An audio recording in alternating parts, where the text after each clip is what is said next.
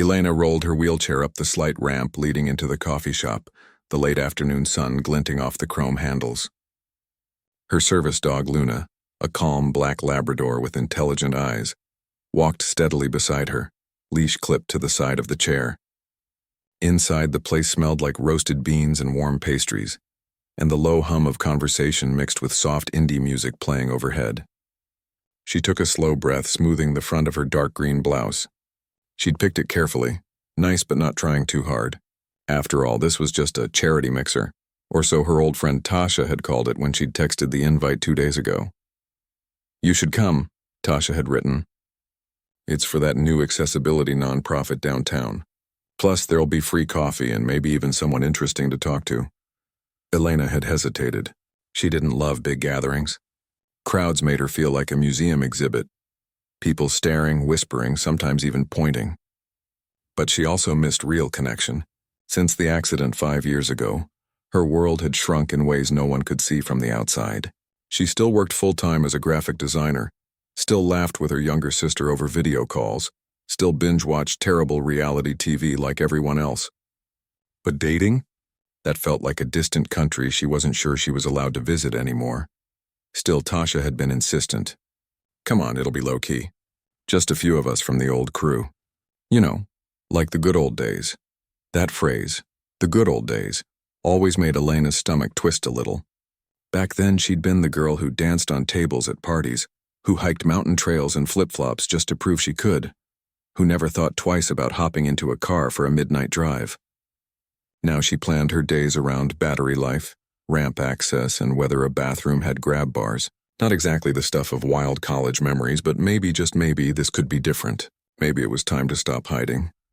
She parked near a corner table, Luna settling quietly at her feet. A barista came over with a warm smile. "Can I get you anything?" "Just a black coffee, please," Elena said. "And a bowl of water for Luna?" "Of course." The barista didn't flinch, didn't stare, just nodded and walked away. Small kindnesses like that still surprised her sometimes. As she waited, she glanced around. The place wasn't packed, but there were clusters of people chatting, laptops open, some couples holding hands. No sign of Tasha or anyone else from her past. She checked her phone. No new messages. She sighed. Classic. She'd probably be the first one here again, sitting alone like a ghost no one remembered to invite. But then, just as the barista returned with her coffee and a little ceramic bowl of water for Luna, the door chimed. A man walked in, tall, dressed in a slightly rumpled navy suit, his dark hair tousled like he'd run his hands through it a dozen times already that day. He looked around, clearly searching for someone. His eyes landed on her, and for a split second Elena braced herself. She'd seen that look before. The flicker of surprise, the quick glance at her chair, the polite mask snapping into place. But this man didn't do any of that. Instead, he walked straight toward her, his expression softening as he got closer. "Elena?" he asked, voice low and calm. She blinked. "Yes?" "I'm Daniel," he said, offering a small, tired smile. "I think we're supposed to be meeting?" Her heart skipped. This was him? The blind date? But Tasha had said it was a charity mixer, not a setup. Confusion prickled at the back of her neck. "Oh," she said slowly. "I thought this was a group thing." Daniel pulled out the chair across from her, not the one next to her, which would have been easier for conversation, but the one directly opposite, like he was treating her like any other person at any other table. "That's what I was told too," he admitted, sitting down. "My colleague said it was a low-pressure networking event, but then he winked and said, 'Wear something nice,' so I figured it wasn't just about nonprofit grants." Elena let out a quiet laugh. "Yeah, I got the same story. From an old friend." They looked at each other for a moment, two strangers caught in someone else's game. But instead of awkwardness, there was something else. Relief, maybe. Like they'd both been expecting the worst and found something. Normal. "I should probably tell you," Daniel said gently. "I have a 6-year-old daughter. Her name's Maya. She's at her first sleepover tonight, which is why I'm a little frazzled." He ran a hand through his hair again. "I spent 20 minutes double-checking her overnight bag like I was packing for Everest." Elena smiled. "Sounds familiar. My niece is the same way. Last time she stayed over, she brought 3 stuffed animals, a flashlight, and a full water bottle in case of emergency." Daniel chuckled, and something in his shoulders relaxed. Exactly. Like the house might collapse without proper supplies. They ordered another coffee. Daniel went for a large oat milk latte and started talking. Not about wheelchairs or accidents or single parenting right away, but about music, about the terrible traffic downtown, about how neither of them could stand pumpkin spice anything. Elena found herself laughing more than she had in weeks. He asked her about her work, really asked. Not just nodded while waiting to talk, and seemed genuinely interested when she described designing accessible websites for people with different kinds of disabilities. You make things easier for people, he said simply. That's really cool, no pity. No, you're so inspiring nonsense, just respect. And then, almost casually, he mentioned that his wife had passed away 2 years ago, from an illness that came on fast and left no time to prepare. Elena didn't offer empty platitudes. She just said, "I'm sorry you had to go through that," and meant it. In return, she told him a little about the accident, the rainy night, the distracted driver, the long months in rehab learning how to breathe, how to speak, how to live again. She didn't make it dramatic. She just told it like it was, hard, unfair, but not the end of her story. He listened. Really listened. Not like he was waiting for her to finish so he could talk, but like every word mattered. When the sun dipped lower and the cafe lights flickered on, Daniel glanced at his watch. "I should probably head out soon. Maya's sleepover ends at 8, and I promised I'd be there when she gets home." "Of course," Elena said, suddenly aware of how much time had passed. He stood, then did something that caught her off guard. Instead of just saying goodbye, he crouched down slightly so they were at eye level. It wasn't exaggerated or performative, just a natural shift, like he wanted to see her face clearly. "I had a really nice time," he said. "Would it be okay if I texted you sometime? Maybe we could grab coffee again without the mystery setup?" Elena felt a warmth spread through her chest. "Yeah," she said, smiling. "I'd like that." He stood, gave Luna a gentle pat on the head, earning a happy tail wag, and walked out, waving once before the door closed behind him. Elena sat there for a few more minutes, sipping her now cool coffee. She felt light, like she'd been holding her breath for years and finally let it out. Back home that night, she texted Tasha, "Thanks for the invite today. It was interesting." Tasha replied instantly, "OMG, how was it?" "Spill!" Elena typed slowly. The guy was actually really nice. Seemed genuine.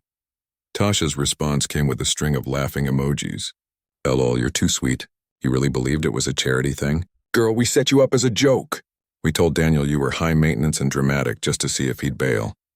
But hey, glad you had fun." 3 days passed and Elena hadn't left her apartment except to take Luna on short walks around the block.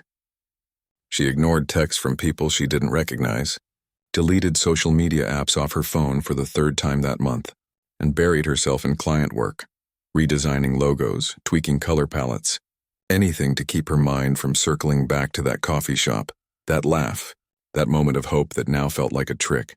She kept replaying Tasha's message in her head. "We set you up as a joke." The words echoed like a taunt. It wasn't just cruel, it was dehumanizing. As if her life, her dignity, her very presence was just material for someone else's amusement. She'd been used, and worse, she'd let herself be happy for a little while, which made the betrayal cut even deeper. Luna nudged her hand with her wet nose, as if sensing the storm inside.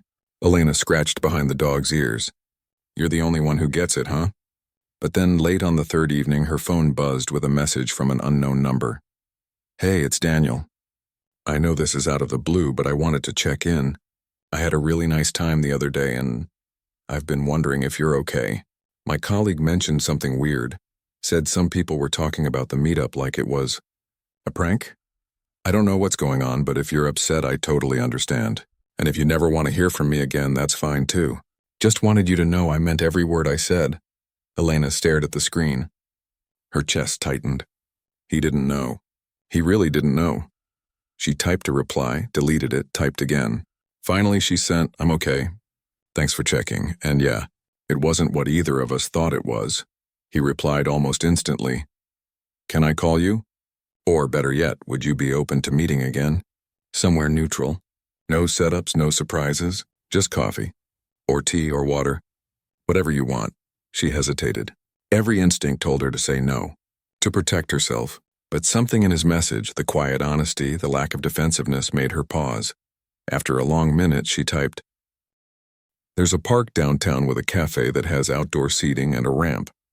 Saturday morning? I'll be there at 10, and I'll bring dog biscuits for Luna." She smiled despite herself. Saturday morning arrived sunny and mild.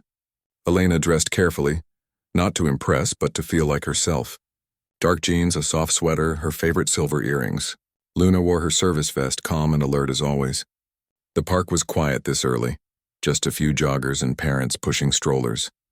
The cafe had wide wooden tables and plenty of space between them. She chose one near the edge where Luna could stretch out without being in anyone's way. At exactly 10, Daniel appeared, this time in a simple button-down shirt and jeans, no suit, no tie. He carried 2 paper cups and a small paper bag. When he saw her, he waved, not with exaggerated enthusiasm, but with the kind of quiet recognition you give someone you're genuinely glad to see. He set 1 cup in front of her. "Oat milk latte, just how you like it," he said, then placed the bag on the table. "And these are organic peanut butter biscuits." The guy at the pet store swore by them. Luna's tail thumped once. Elena laughed softly. "You remembered?" "I remember a lot," he said, sitting across from her. But this time he pulled his chair slightly to the side so they weren't directly opposite, making conversation easier. "Like how you said your niece calls thunderstorms sky fireworks, and how you hate when people say wheelchair-bound like it's a prison." She looked at him, really looked. There was no performance in his eyes, just sincerity and maybe a little nervousness. "Why did you come back?" she asked quietly. "After what they did? You could have just walked away." He took a sip of his coffee, thinking, "Because what happened between us felt real. And I don't believe real things should be thrown away just because someone else tried to make a joke out of them." He told her then how his colleague had cornered him at work the day after their meeting, laughing about how they'd tested him with the girl in the chair to see if he'd run. Daniel said he'd gone cold. He told the guy never to speak to him like that again, and then reported the comment to HR. "I don't know if it'll do anything," he admitted. "But I couldn't just let it slide." Elena felt something shift inside her. Not trust, not yet, but maybe the beginning of it. They talked for hours. Not about the prank, not about pity or tragedy, but about ordinary things that felt extraordinary because they were shared honestly. He told her about Maya's obsession with dinosaurs, how she insisted on wearing a T-Rex costume to preschool twice a week. Elena told him about her latest design project, an app for kids with limited hand mobility that used voice and eye tracking. "To create digital art, you're building tools that let people express themselves," he said, eyes lighting up. "That's not just design. That's giving people a voice." She hadn't thought of it that way before, but hearing it from him made her sit a little taller. At one point, Maya called. Daniel answered, putting her on speaker so Elena could hear. "Daddy, Emma's mom said I can't bring my T-Rex to the zoo field trip because it's too big. But it's not. It fits in my backpack if I squish it." Daniel smiled. "Okay, sweetie. I'll talk to Ms. Rivera, but maybe just bring the tail this time." "Fine," Maya huffed, then paused. "Who's that lady?" Daniel glanced at Elena, a question in his eyes. She nodded. "This is Elena," he said gently. "She's a friend." "Oh." Maya's voice brightened. "Hi, Elena. Do you like dinosaurs?" "I love them," Elena said, smiling. "Especially the ones with feathers." "Me too. Velociraptors are the best." After they hung up, Daniel looked a little embarrassed. "Sorry about that." "Don't be," Elena said. "She's great, and she meant it." There was no awkwardness, no forced politeness. Just a little girl being herself, and a dad who clearly adored her. As the sun climbed higher, they walked slowly around the park path, Daniel matching Elena's pace without making a show of it. He didn't push her chair. He walked beside her, hands in his pockets, talking about how he'd never been good at cooking until Maya refused to eat anything that wasn't shaped like an animal. "I once made pancakes that were supposed to be bears," he said. "They looked more like sad blobs. She ate them anyway and said, 'It's okay, Daddy, you tried.'" Elena laughed. "That's love." "It is," he said softly. "The messy, imperfect kind." They stopped near a small pond where ducks floated lazily. For a while they just watched in comfortable silence. Then Daniel turned to her. "I know we just met," he said carefully, "but I feel like I've known you longer. and I don't want whatever those people did to steal that from us. Elena looked down at her hands, then back at him. I don't either. But it's hard. People see the chair first. They don't see me. I see you, he said simply. I see someone who's kind, who's smart, who makes my daughter smile over the phone. That's who you are to me. It wasn't a grand declaration. It wasn't a movie line. It was just truth spoken quietly. And for the first time since the accident, Elena didn't feel like she had to prove she was worthy of being seen. Later, as they said goodbye near the park entrance, Daniel didn't reach for her hand right away. He waited, gave her space, gave her choice. And when she held out her hand, he took it gently, his fingers warm and steady around hers, not as a gesture, not as a promise, just as a quiet acknowledgement. You're here. I'm here. And that's enough. He walked away, turning once to wave. Elena watched him go, Luna leaning against her leg. Back home, she didn't feel the need to hide. She opened her laptop, logged back into her design software, and started sketching a new idea. An inclusive playground app where kids could design their own dream play spaces, with ramps, sensory panels, and swings that held you safely no matter your body. She worked late into the night, not because she had to, but because she wanted to. Because for the first time in a long time, she felt like her voice mattered, and maybe, just maybe, someone was finally listening. The peace didn't last long. 2 days after the park meeting, Elena woke to a string of notifications lighting up her phone like alarm bells. At first, she thought it was spam, random tags, comments from people she didn't know. But then she saw the post. It was on a local community group page, the kind people used to trade furniture or complain about noisy neighbors. Someone, she didn't have to guess who, had uploaded a blurry photo taken through the cafe window. It showed her and Daniel sitting across from each other mid-laugh. The caption read, "Remember that charity mixer we set up? Yeah, we sent her on a blind date as a joke. Thought the rich guy would run when he saw the wheelchair. Guess he's got a soft spot for sad stories. A prank of the year." Below it, replies poured in. Some were laughing emojis. Others said things like, "Brutal but hilarious," or "Dude must be desperate." A few even tagged Daniel's company, making snide remarks about his new charity project. Elena's stomach dropped. She felt like she'd been punched. Not just embarrassed, exposed. Like someone had ripped open her chest and hung her private pain out for strangers to mock. She deleted the app, turned off notifications, but the damage was done. Her phone kept buzzing. Calls from unknown numbers, messages from old acquaintances asking, "Is this you?" Or worse, "That's messed up, but kind of funny, right?" She sat on the edge of her bed, hands shaking, Luna pressing close against her leg like a silent anchor. She wanted to scream. She wanted to disappear. But most of all, she felt foolish. She'd let herself believe, even for a moment, that kindness could be real. That connection could be simple. Now it was all twisted into something ugly. She didn't answer Daniel's text that morning. She couldn't. How could she explain that the man who'd looked her in the eye and called her a friend was now the punchline of a cruel joke she never agreed to be part of?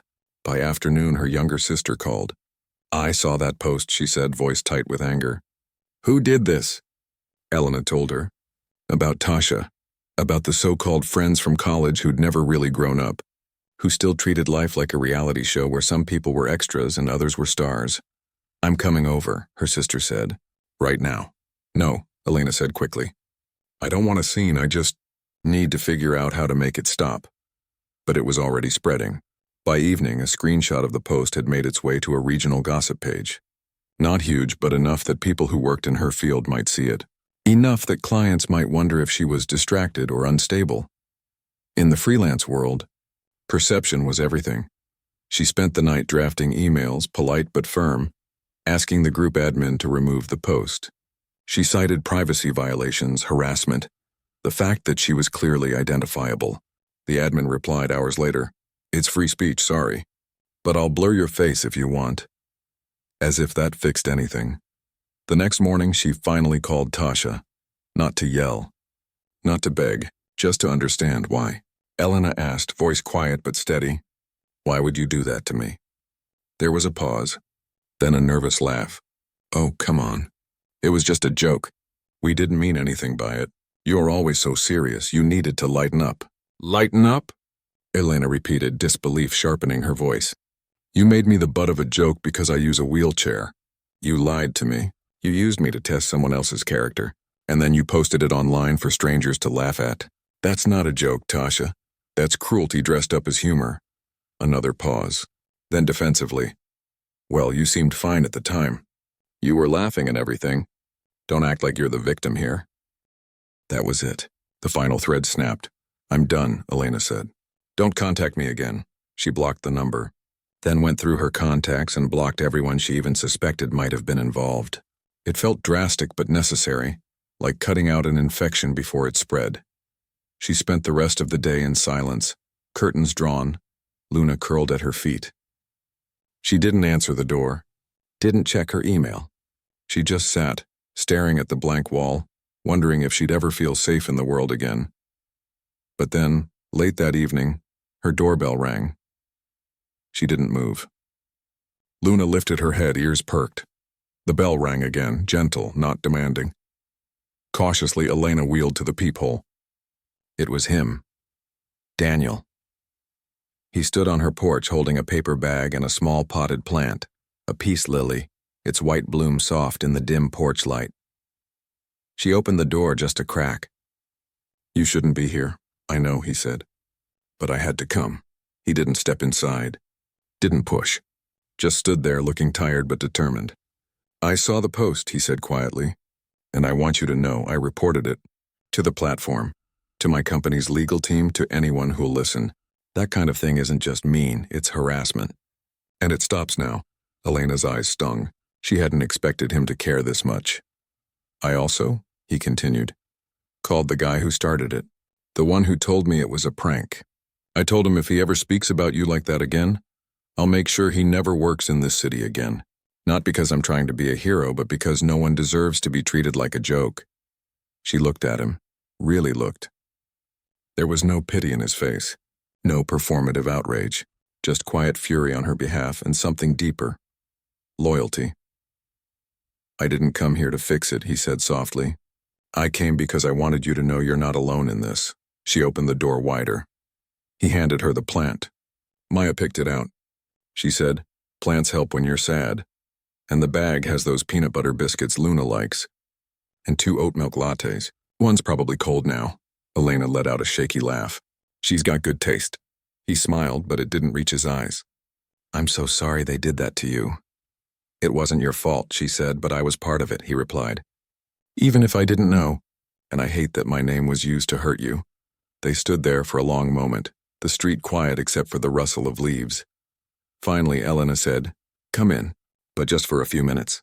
Maya's waiting, right? She's with my sister, he said, stepping inside carefully. But I told her I had to do something important first. He didn't sit right away. He looked around her apartment, the bookshelves full of art books, the framed prints of her designs on the wall, the little corner where Luna's bed and toys were neatly arranged. He didn't gawk. He just took it in, like he was learning her language. They sat at her small kitchen table. She didn't offer small talk. Neither did he. Instead, he told her about losing his wife. Not the dramatic details, but the quiet ones. How he still set 2 coffee mugs out every morning by accident. How Maya sometimes asked if Mommy could come back if they wished hard enough. How grief wasn't a storm that passed, but a tide that kept coming back, softer each time, but always there. And people, he said, they either act like it never happened, or like it's the only thing that defines me. Like I'm just the widower dad, but I'm more than that. Just like you're more than what they wrote online. Elena nodded. It's like they erase everything else. Your job, your dreams, your sense of humor, all gone just because you're different in one way. Exactly, he said. But the people who matter, they see all of you. They talked for over an hour. About shame, about resilience, about how hard it is to trust after being used. He didn't offer solutions. He just listened. And when she admitted she was scared to keep seeing him, scared that every interaction would be shadowed by that stupid post, he didn't argue. I get it, he said. Take all the time you need, but I'm not going anywhere. Not because I think I owe you something, but because I genuinely like you. And I believe in what we started. Before he left, he didn't reach for her hand. He just stood by the door and said, Maya asked me to tell you she drew you a picture. It's a T-Rex wearing a wheelchair like a crown. She says you're brave and cool. Elena's breath caught. Tell her. Thank you. After he left, she placed the peace lily on her windowsill, watered it, then sat with Luna scrolling through her messages, not the cruel ones but the kind ones. Her sister, a former client who'd seen the post and sent a note of support. Even a stranger from an online disability forum who said, "They tried to make you small, but you're still standing. That's power." For the first time since seeing that post, she didn't feel broken. She felt seen, not as a victim, not as a joke, but as a person who'd been hurt, and was still choosing to show up. And that, she realized, was its own kind of strength. A week passed and the online noise began to fade. The post was taken down after Daniel's company sent a formal complaint, and the gossip page quietly deleted the screenshot. Most people moved on to the next thing. Another meme, another drama, another distraction. But for Elena, the silence that followed wasn't empty. It felt like space. Room to breathe again. She and Daniel didn't rush things. They texted, short messages at first, just checking in. A photo of Maya's latest dinosaur drawing. A link to an article about accessible playgrounds. A simple "hope your day's going okay." No pressure. No expectations. Just presence. Then one Tuesday evening he called. "My daughter's school is having a talent show Friday night," he said. "She's doing a dino dance with her class. It's chaotic. Adorable, but chaotic. I was wondering, if you're up for it, would you come?" "You don't have to." "But she asked about you twice," Elena hesitated. School events were crowded, loud, unpredictable, and she hadn't been to one since her niece's kindergarten play. Years ago, back when navigating a sea of parents and narrow aisles still felt overwhelming. But then she thought of Maya's drawing, the T-Rex with the wheelchair crown, the way the little girl had said without hesitation, "You're brave and cool." "Okay," Elena said. "I'll come." Friday arrived with a light drizzle, the kind that made the city smell like wet pavement and fresh leaves. Elena dressed simply, black slacks, a soft blue sweater, her hair pulled back. She double-checked her chair's battery, packed Luna's vest and water bowl, and took a deep breath before heading out. The school gym was already buzzing when she arrived. Folding chairs filled the center, parents chatting in clusters, kids darting between legs in costumes that ranged from frogs to astronauts. Elena scanned the room, nerves fluttering. Then she saw him, Daniel, near the back, holding a program, eyes scanning the entrance. When he spotted her, his face lit up. He didn't rush over. He waited, giving her time to navigate the space. The school had done a decent job. There was a clear aisle on the side marked with a small accessible seating sign. Daniel had saved 2 spots there. "Thanks for coming," he said as she rolled up. He'd brought a cushion for her chair's seat. Something soft, not showy, just thoughtful. Before she could reply, a small voice squealed, "Elena!" Maya came barreling over in a green T-Rex costume that was slightly too big, the tail dragging behind her. She didn't stop to ask or hesitate. She just threw her arms around Elena's shoulders in a tight hug. "You came. I told Daddy you would." Elena hugged her back, surprised by how natural it felt. "I wouldn't miss your dino dance." Maya beamed, then crouched down to Luna. "Hi, Luna. Are you here to watch me be awesome?" Luna wagged her tail and gave the girl's hand a gentle lick.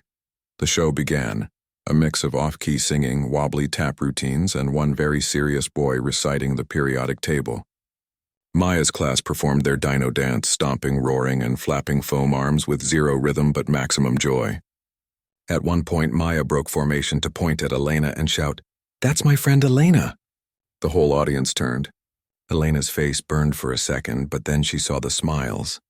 Not pitying, not mocking, just warm, amused, human. After the show, parents milled around, snapping photos and handing out juice boxes. A few glanced at Elena's chair, but no one stared. No one whispered. And when Maya dragged her over to meet her teacher, the woman shook Elena's hand like she was just another guest. "She talks about you all the time," the teacher said with a kind smile. "Says you design cool things for kids like her." "Kids like her?" Elena asked, confused. "Oh, she thinks you're a superhero who builds secret bases for dinosaurs," the teacher laughed. "Honestly, it's the best story I've heard all year." Later, as the crowd thinned, Daniel wheeled a small cart with Maya's costume and backpack toward the exit. Rain had picked up outside, tapping softly on the roof. "You okay?" he asked Elena as they stood under the covered walkway. "More than okay," she admitted. "I was nervous. But it was nice." "Normal even," he nodded. "Normal's underrated." They walked slowly toward the parking lot, Daniel holding an umbrella over both of them, not shielding her like she was fragile, just sharing the cover like any two people in the rain. Luna trotted beside them, unfazed. At her car, Elena paused. "Thanks for inviting me." "Thank you for coming," he said. Then, after a beat, "Can I walk you to your door? Just to make sure you get in okay?" It wasn't overprotective. It was care offered gently. She nodded. The drive to her apartment was quiet, rain streaking the windows. When they arrived, Daniel didn't hover. He helped her unload. Luna's gear held the building door open and walked beside her down the hall. At her door, she turned to face him, and that's when he did it. Not dramatically. Not with music swelling in the background. Just slowly, quietly, he reached for her hand. His fingers closed around hers, warm, steady, real. Not to pull her anywhere. Not to fix anything.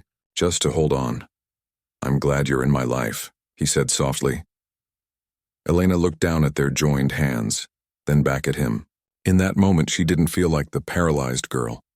She didn't feel like the punchline or the inspiration or the cautionary tale.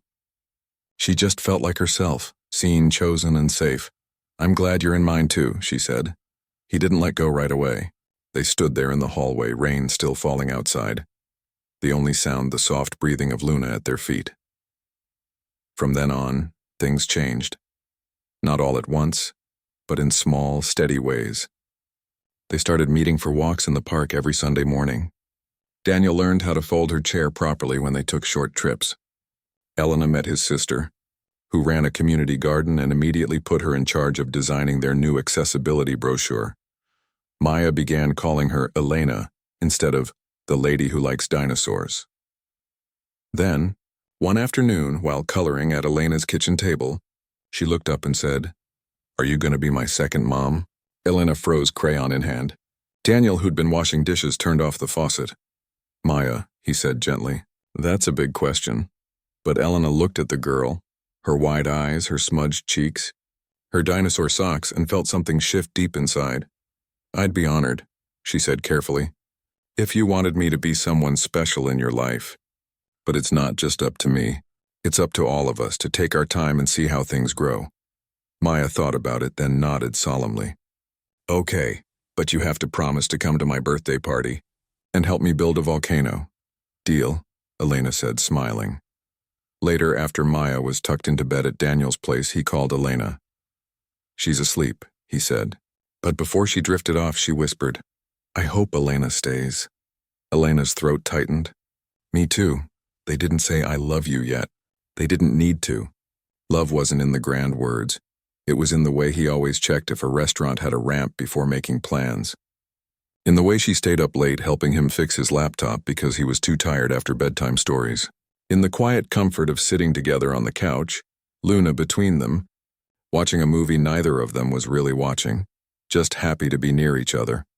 One evening, as they sat on her balcony watching the sunset, Daniel turned to her.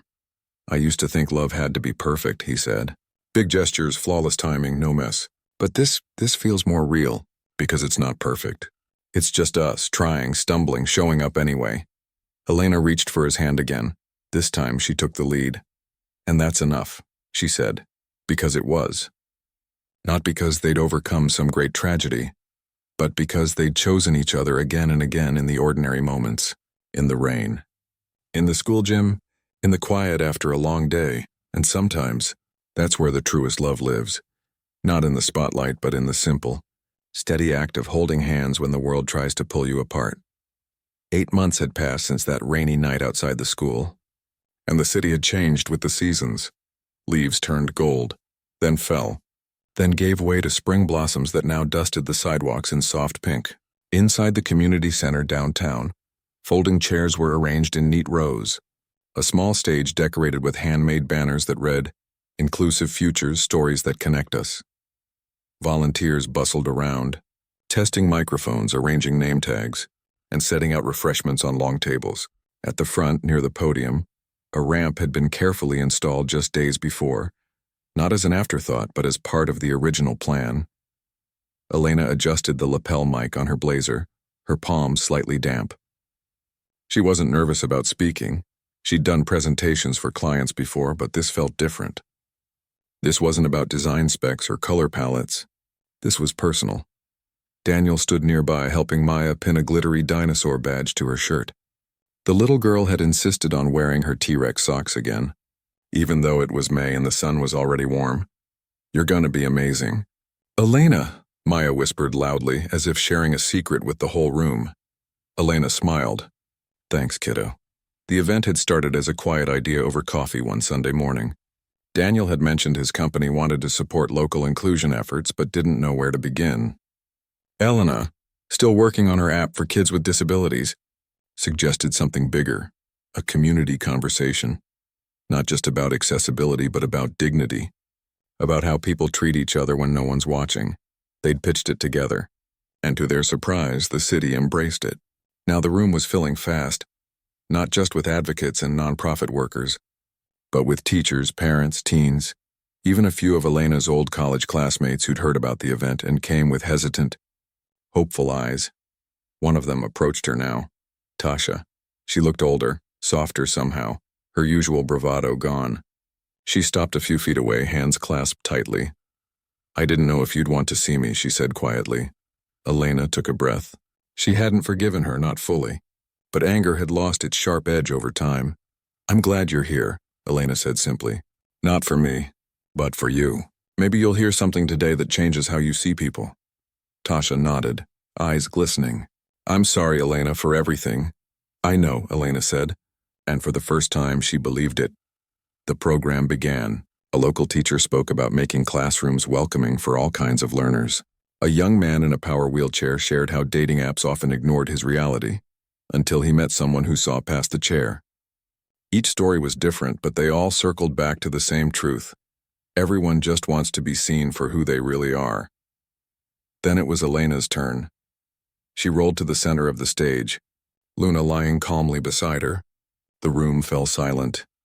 "I used to think my story started with an accident," she began, voice steady. "But it didn't. It started long before that, with laughter, with dreams, with messy kitchens and late-night phone calls. The accident changed my body, but it didn't erase me." She paused, glancing at Daniel in the front row. He gave her a small nod. "Then a while back, someone tried to turn my life into a joke. They set me up on a blind date, not to connect, but to test whether a man would run when he saw a woman in a wheelchair. They posted about it online like I wasn't real, like my feelings didn't matter. A few people shifted in their seats. Others leaned forward. But here's what they didn't expect," she continued. "The man they thought would run, he stayed, not out of pity. Not because he felt sorry for me, but because he saw me, really saw me, and chose to be kind anyway." She looked out at the audience, her voice softening. "That moment didn't fix everything. But it reminded me that cruelty is loud, but kindness is stronger, and sometimes one honest hand reaching out can change everything." She didn't mention names. She didn't shame. She just told the truth, and in doing so gave others permission to believe in second chances.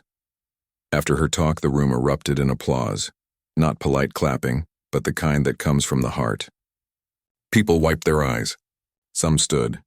Later, during the Q&A, a teenager in the back raised her hand. "How do you keep going when people treat you like you're less than?" Elena thought for a moment. "You remember your worth isn't decided by their ignorance. And you find your people, the ones who show up, who listen, who hold your hand without making it a big deal." As the event wound down, Daniel joined her near the refreshment table, holding 2 cups of lemonade. "You were incredible," he said. "Nah," she said, taking a sip. "I just told the truth." Maya ran over, dragging a shy-looking boy behind her. "Elena, this is Leo. He uses a walker, and he says your app helped him draw his first dragon." Leo looked up, smiling shyly. "It's really cool." Elena's eyes softened. "Thank you, Leo, that means a lot." After he left, Daniel squeezed her shoulder. "You're changing things, you know." "Not me," she said. "Us, because it had become us without fanfare." They shared holidays now, Thanksgiving at her sister's, Christmas with his family.